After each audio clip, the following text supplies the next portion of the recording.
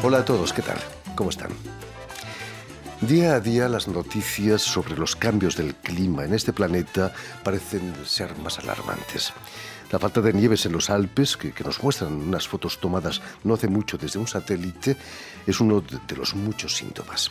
Pero afortunadamente las nuevas generaciones crecen con una mayor conciencia ecológica y hay voces que se levantan en todo el mundo para alcanzar un desarrollo sostenible, como la voz de nuestra invitada de hoy, Lourdes Huanca, líder campesina en Perú. La Vía Campesina, desde la Confederación Campesina del Perú, CCP, donde la cual tengo el honor de luchar permanentemente y haber aprendido clara una posición ideológica y política, en la cual que se llama la izquierda al lado de los pueblos. Dentro de ello se funda la FENMUCARINA y desde que inicia FENMUCARINA es parte de la Vía Campesina. Para nosotras la Vía Campesina es nuestra universidad, que lo ponemos de ese nombre porque aprendemos a diario a cómo enfrentar a este sistema neoliberal capitalista que en todos los países y en especial creo en América Latina es despojarnos de nuestros territorios, porque los pueblos indígenas originarios, mujeres y hombres productores y campesinos, trabajamos con la tierra y si no tenemos tierra no hay vida y peor si no tenemos agua y semilla, no tenemos que comer y por eso que nosotras enarbolamos a la Vía Campesina con esa fuerza, con esa fe de lucha. Se necesita mucha fe, ¿no, Lourdes, para luchar por los derechos de los campesinos y de las mujeres allí en Perú? Así es. Muy buenos días. Muy buenas tardes. Buenas tardes. Yo creo que sí es sumamente importante tener la fortaleza y el coraje de poder defender a nuestros territorios, que es también nuestra cultura, ¿no? En nuestro país es plurinacional, que lamentablemente no se le ve de esa manera porque está instalada una política neoliberal. Permíteme que explique a nuestros oyentes que has nacido en 1968, haber nacido en el 68, y cuando los adoquines volaban aquí en París, y llevar un nombre tan francés como el de Lourdes, imagino que marca una vida, ¿no? Sí, marca la vida para manifestar la que habla. Soy del 68 y creo que he luchado para poder existir en este mundo desde el vientre de mi madre, ¿no? Por las razones, motivos de que lamentablemente, antiguamente, el hogar, el matrimonio, si es que hay violencia entre mis padres sabrán, pero el que me crió a mí es mi padre, ¿no? ¿Qué pasó? ¿Tuviste problemas cuando naciste, me contabas, no? Sí, mi mamá tomó decisión de dejarme con mi padre desde muy bebé. 6 meses, durante todo ese tiempo, tengo entendido que el doctor le dijo a mi madre, usted tiene que dar de lactancia hasta los 6 meses a su hija y después puede dejarlo. Entonces me siento tan contenta y orgullosa de tener un padre en la cual dio la vida para que yo exista. Somos 3 hermanos de padre y madre que nos ha enseñado desde muy niños a luchar, a tener autonomía de decisión y a no bajar la cabeza, ¿no? Sino estar en el alto la cabeza. Cuando ellos nos miraban caminar agachados, yo me recuerdo de mi padre, me decía, ¿qué buscas o qué has ocultado? Así que usted camina con la cabeza en alto. Entonces, creo de que todo viene desde la enseñanza de nuestros padres desde niños, ¿no? Pero me gustaría que nos comentases cómo nació ese compromiso, tu compromiso con la causa indígena, y sobre todo campesina y también feminista. Una de las cuales, cuando mi padre nos inculcaba de que, por ejemplo, el hablar el quechua, el aymara, mi padre no quería absolutamente que nosotros hablamos por tanto de la discriminación racial que existe en nuestro país. Entonces, es por eso de que nace el desprecio que siempre tienen a los campesinos, campesinas, indígenas. Ahora, ¿cómo nace Lourdes en esta defensa? Porque creo que es latente momento de decir, es muy triste cuando te despojan las grandes empresas mineras de tus territorios. Y yo he pasado a vivir en Moquegua y hemos visto cómo es que nuestros pueblos, tanto, por ejemplo, tenemos la empresa minera Cuajone, más de 50 años. Aquí está la minera Cuajone y alrededor están las comunidades, está la Pocata, Coscore, que debería ser lo contrario, están en extrema pobreza, ¿no es cierto? Sin agua, sin una buena educación, etcétera, etcétera. Pero aquí la empresa minera circula con todo un territorio marcando que ya no podemos ingresar. Te ponen una garita, usted ya no es dueño de aquí, ¿me entiende? Entonces, Y uno ve pues la desolación y la tristeza y cómo se está contaminando el agua, cómo se está contaminando la matriz de la madre tierra. Y para los pueblos indígenas originarios, campesinas y campesinos, es fundamental contar con territorios, fundamental contar las semillas autóctonas criollas y el agua. O sea, es la Pachamama, es el yacu y es las semillas. Entonces, si ves un atropello contundente dentro de ello, entonces te da la reacción de luchar simplemente por tus derechos y seguir viviendo y existiendo. Por supuesto. Lourdes Huanca, en el 2006 vas a fundar la Federación Nacional de Mujeres Campesinas, Artesanas, Indígenas, Nativas y Asalariadas del Perú, una federación muy larga que abreviamos en FEMUCARINAP, de la que eres presidenta. Fue una manera de dar una dimensión nacional a un conflicto rural, quizás. Fue la manera de la expresión, porque en nuestro país no vamos a tapar el sol con un dedo, es machista, patriarcalista y sexista. Lo pongo de esta manera, yo soy Lourdes Huanca, feminista. Ahora, yo he sido dirigente de la Confederación Campesina del Perú, CCP, que tiene más de 87 años de vida. He sido dirigente nacional y donde dentro de este espacio yo tengo que agradecer y reiterar el agradecimiento a la CCP de haberme inculcado y capacitarme, tener una mirada política, un olfato político. Pero hay un tema latente de que no tocaban el tema de la mujer. Y para ello, en el lado norte, en el lado de la Libertad, Trujillo, Virú, estaba la explotación de las mujeres con las grandes empresas, todo lo que tiene que ver con los espárragos, ¿no? Todo lo que tiene que ver con la agroexportación. Es que donde me pedían apoyo a mí, yo no podía dar el apoyo de defensa porque no era la ejecutiva o la directiva de tomar decisiones, porque nos decía, esas son cosas de mujeres, ya, se aguante. Entonces, va calando. 5 años he sido dirigente desde el 2000 hasta 2005 en la CCP y en 2006, entonces, durante todo este tiempo dijimos, vamos a formar la Federación Nacional de Mujeres Campesinas FEMUCARINA. En el vídeo que estábamos viendo hablabas de la Villa Campesina. Así como la universidad de esa lucha, ¿no? ¿Qué es la Villa Campesina? Primero se pertenece a la Coordinadora Latinoamericana de Organizaciones del Campo, que es la CLOC, que es parte de toda América Latina. Es una instancia de lucha guerrera donde nació también en el Perú la CLOC. Estando en la CLOC, entonces pasamos a la Villa Campesina. La Villa Campesina es a nivel mundial donde están los campesinos y campesinas reunidos, aglutinados, y es para nosotras la universidad de la vida, porque ahí te enseña a ser un líder guerrero o guerrera, no una lideresa mediocre, ¿no? O sea, no es de los escritorios, sino muy por lo contrario, forjar, luchar y tener claro esta mirada política, porque tranquilamente, no, como la derecha muchas veces son buenitos, que hacen entre comillas buenitos, pero sin embargo si tienes clara una posición política en defensa del territorio y saber analizar, y eso te inculca la Villa Campesina, o sea, orgullosa de eso. Somos 16 años, nuestra organización tiene 16 años de lucha, 16 años que somos parte de la Villa Campesina. Como presidenta de una federación nacional como esta, imagino que ha sufrido ataques de todo tipo, no solo políticos, ¿no? Los ataques desde el primer comienzo, 2006, hasta ahora, los ataques son políticos, social, cultural, religioso. ¿Por qué? Porque nosotras somos una organización feminista campesina popular que defendemos los derechos de las mujeres, empoderamos a las mujeres y defendemos la soberanía alimentaria. Entonces, por el lado de la defensa de las mujeres, nosotras respetamos el derecho de la diversidad sexual. O sea, nosotras no somos quien para poder señalar, decir, oye, tú eres homosexual, lesbiana, o sea, tú no eres mi compañero. No. Nosotras defendemos los derechos. Defendemos el derecho de la niña. Defendemos el derecho de las mujeres. Por ejemplo, en el COVID.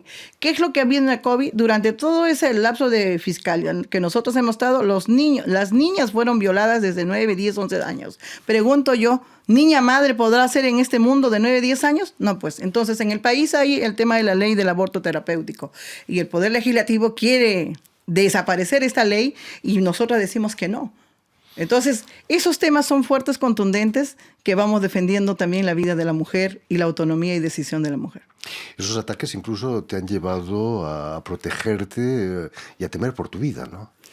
No solamente es mi vida, sino también la vida de mis hijos. Tengo 2 hijos que lamentablemente la madre es una mujer política, guerrera, de lucha, que no tengo miedo. Si es que me matan luchando. Si me encierran porque estoy luchando por los derechos. Y mis hijos de esa manera entendieron y comprendieron, ¿no? Que la vida es así. No hay otra. ¿Qué es lo que se siente cuando a uno le acusan de terrorista, de ratonesca o incluso de malcriada? La respuesta es una cierta rebeldía contra las instituciones. Te duelen el alma, te rompen el alma y tal vez es la indignación tan grande que el que uno salga a luchar, el que uno salga a defender tus derechos, eres tildada como terrorista, eres tildada. Cuando defiendo los derechos de las mujeres, en voz alta, soy la machona, no parezco mujer, soy un hombre. Cuando defiendo la democracia participativa y derecho, soy una mujer que no tengo cerebro, soy una terrorista para ellos, soy una delincuente para ellos, para la derecha. Pero creo que entre más golpes sentimos las mujeres, tenemos una resiliencia de inmediato para seguir luchando. O sea, te levantas, te caes, das 3 pasos atrás para dar 10 adelante y defender la vida, ¿no? ¿Qué significó para vuestra lucha la llegada al gobierno en el 2021 de Pedro Castillo? Un soplo de aire, imagino. Para nosotros fue un respiro, un oxígeno tal vez de aliento, de poder lograr y decir, pucha, por fin tenemos un presidente del pueblo y para el pueblo, que en la cual va a luchar y ya nos harán excluidos los pueblos indígenas originarios y campesinas, ¿no?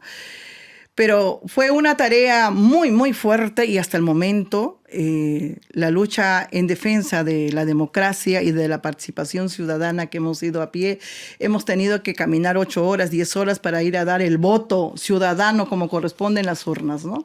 Pero es la lucha de una ciudadana cuando tenemos conciencia política, cuando ya no solamente la mujer ve que es para cocinar nada más, sino ve para dar otros pasos cualitativos y cuantitativos al desarrollo de nuestro país. Vas a participar activamente en el gobierno casi. ¿Qué pasó con el proyecto de ley que apoyabais sobre una nueva reforma agraria ahí en Perú? Nosotros trabajamos una propuesta de ley sobre la segunda reforma agraria y nosotras como FEMUCARINA lo dijimos, me recuerdo a Pedro Castillo, al presidente, sí, nosotros apostamos por la segunda reforma agraria, pero tiene que tener rostro de mujer. Y no solamente tiene que tener rostro de mujer, sino que esta propuesta de la segunda reforma agraria tiene que tener recursos económicos para la reactivación económica de los rincones de nuestro país, en los territorios de las mujeres que jamás tuvieron oportunidad.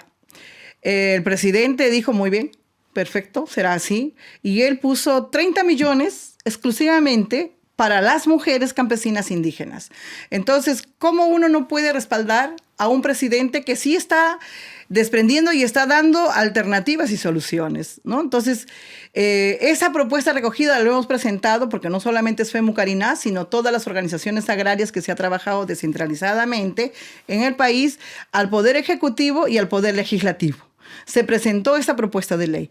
En el Poder Legislativo lo archivaron, como vemos, y el Poder Ejecutivo, como de todas maneras, observaban algunas cosas, porque la misma razón que la Constitución actual del 93, una constitución que violenta los derechos de los pueblos y de la ciudadanía de a pie. Entonces, pero nos sentimos contentas de haber articulado para poder presentar esta propuesta de ley de la reforma agraria que quedó en stand-by, en la cual pues no les interesa actual Poder Legislativo. Imagino que la destitución y el encarcelamiento de Pedro Castillo fue como un jarro de agua fría, ¿no?, para vuestra lucha. ¿Cómo lo vivisteis? Fue un dolor, ¿sí? Tal vez lo puedo expresar de esta manera, el dolor como un parto, dar a luz. Porque creo que la lucha de Pedro Castillo fue por darle una esperanza al país también, pero desde que él fue elegido como presidente, nunca aceptaron la derecha de darle la oportunidad de gobernar. Día a día era la tortura para el presidente, cada cosa era para poderlo destruir. Yo nunca había visto tanta maldad, tanto maltrato verbal hacia un presidente. Desde lo minimizaban, todo era mal, todo era malo, nada de lo que él hacía era positivo. Y entonces, ¿cómo lo hemos sentido? No solamente Lourdes Huanca, sino la población general, campesinos indígenas, que cada palabra que lo decían al presidente lo sentíamos en carne propia como si nos estarían ofendiendo a nosotros, y nos han estado ofendiendo directo a nosotros, que es un burro, que es un incapaz, que no sabe gobernar, etcétera, etcétera, etcétera. La lucha de él ha sido 1 año y 6 meses para poder lograr algunas posibilidades de oxígeno, de respiro. El Poder Ejecutivo presentaba propuestas de ley al Poder Legislativo. Una, te lo pongo de ejemplo, 2. Una de ellas es que yo no me voy a olvidar, porque qué madre indígena, campesina no va a querer que sus hijos entren a las universidades normal, tranquilos, sin preocupación, ¿no es cierto? El presidente recogió la propuesta de presentar una propuesta de ley para que las universidades abran las puertas a los pueblos indígenas, que no sean tan caro como cuesta. Entonces, pero esa propuesta de ley ha sido archivada en el Poder Legislativo. Y lo otro es que nosotros hemos pedido al presidente es que recoja la propuesta de ley sobre el tema de la consulta, sobre el tema de la nueva Constitución, un referéndum que se consulte a nivel nacional, democrático y participativo, para poder tener la Asamblea Constituyente. Esa propuesta de ley fue terrible y fue archivada. Pedro Castillo ha sido víctima de un encarnizado acoso mediático, pero la disolución del Congreso quizás fue algo excesivo, ¿no? ¿O no? Mire, para nosotras, el presidente Pedro Castillo, en cada región que él visitaba, todo el pueblo decía, cierra el Congreso, cierra el Congreso. Todos, la mayor parte. El Congreso está aprobado, hasta si antes estaba aprobado un 86%, hoy no aprueba, ¿no es cierto? Ahora, cuando el presidente da la lectura el 7 de diciembre, él lo tendrá que mencionar el por qué, pero me pregunto a un sano juicio, como común y corriente una mujer, el que una persona sepa que no tiene ese respaldo del ejército, el poder legislativo, poder judicial, la prensa mermelera, no tiene ese respaldo ni siquiera la mayor parte de la capital de la ciudad.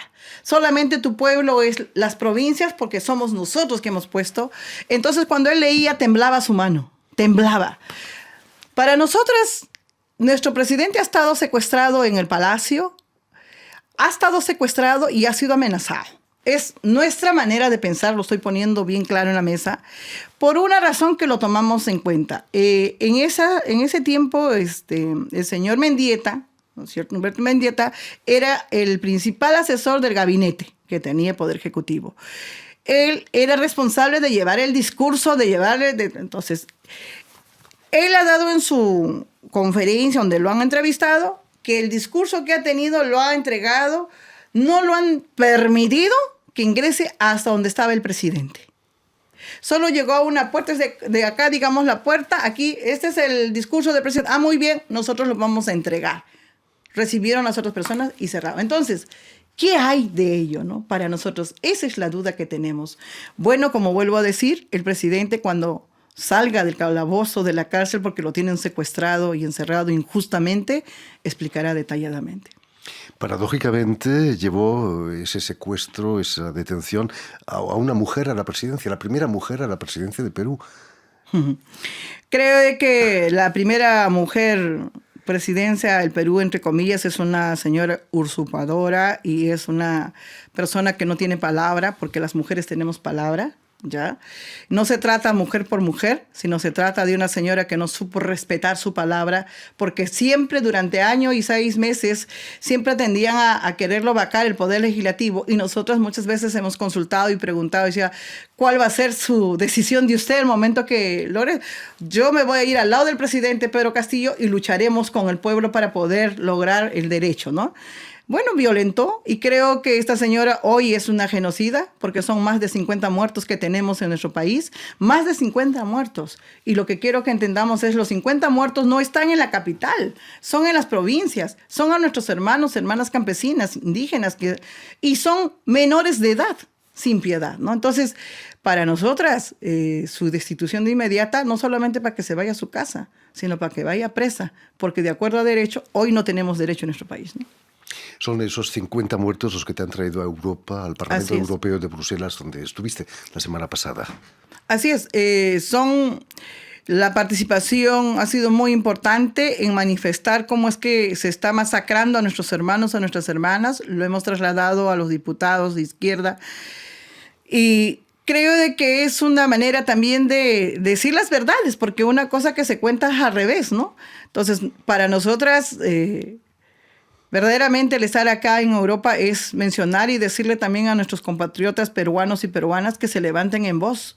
Que bien es cierto, escribir una carta es fenomenal, de solidaridad, pero también levántense. Y hay las plazas para poder manifestar, y que envíen las fotos y que envíen las voces, porque solas no vamos a poder. En estos momentos el Perú 5 poderes latentes están todos unidos a la derecha. Los únicos que estamos peleando es el pueblo de a pie. Entonces, ¿qué más que necesitamos el quinto suyo se levante en voz también de lucha? Porque para eso estamos. Y también agradecer a la prensa que aquí podemos hablar tranquilamente. Porque en el Perú la prensa mermelera, disculpe que me mencione de esa manera, porque en ningún momento ha dado la participación del presidente a que diga están haciendo buenas gestiones, etcétera, etcétera. Siempre se han dedicado a sacar los terroristas, las terroristas, etcétera, etcétera. Y lo único que nos ha salvado como un oxígeno es la prensa alternativa, que mediante el WhatsApp, mediante todo ello, y tenemos que agradecer al COVID, porque gracias al COVID hemos tenido aprender a usar esa maquinita llamado celular, ¿no? La solución a los problemas de Perú pasa por unas nuevas elecciones. Mire, la solución a nuestro Perú en estos momentos es la destitución de Dina Boluarte, libertad al presidente Pedro Castillo, el cierre de Congreso, todos dicen, pero tenemos que ser realistas. No se puede cerrar el Congreso porque está en una constitución que les ampara desde el 93. Entonces, lo que estamos pidiendo es que sea una comisión transitoria en el Congreso, y esta comisión transitoria, cuando se ejerza, pero no va a ser el presidente actual del Congreso, porque también es otro genocida, tampoco va a asumir Marta Moyano, que es también fujimorista, ¿no es cierto? Entonces, que haya esta comisión transitoria, y de esta comisión transitoria empiece a trabajar de inmediato al referéndum de la consulta previa, ¿no es cierto?, descentralizada para la instalación de la Asamblea Constituyente plurinacional y paritaria. Porque si nosotros decimos, sí, vamos a las elecciones ahora 2023 o 2024, ¿quiénes son los que van a ser beneficiados? ¿No es acaso la misma derecha que sí están bien inscritas y los partidos de la izquierda no están inscritos? Entonces también tenemos que tener muy claro una posición política de tomar decisión. O sea, estamos 50 muertos, no quiere decir que vamos a regalar otra vuelta en bandeja, pues, la historia de nuestro país. En fin, muchísimas gracias, Lourdes Huanca, digamos que es presidenta de la Federación Nacional de Mujeres Campesinas, Artesanas, Indígenas, Nativas y Asalariadas de Perú, por haber estado aquí con nosotros contando cosas tan interesantes. De igual manera, el agradecimiento de verdad que estemos acá manifestando, y solo reiterar el agradecimiento profundo a nombre de mi país, Perú, y decir a las peruanas y peruanos, sigamos en pie de lucha hasta lograr la dignidad y la victoria de nuestro país. Muchísimas gracias. Ahí queda dicho. Permíteme también que dé las gracias a David Brockway y también a Julián Leng, quienes se han ocupado hoy de la realización del programa, y también saludar a nuestros telespectadores que nos siguen en todo el continente americano gracias a la cadena Unión Continental Latinoamérica y también la red TAL, que reúne televisoras públicas y universitarias de América Latina. Muchas gracias. Y a ustedes, muchísimas gracias por su atención, y les damos cita para una nueva edición de El Invitado de Radio Francia Internacional.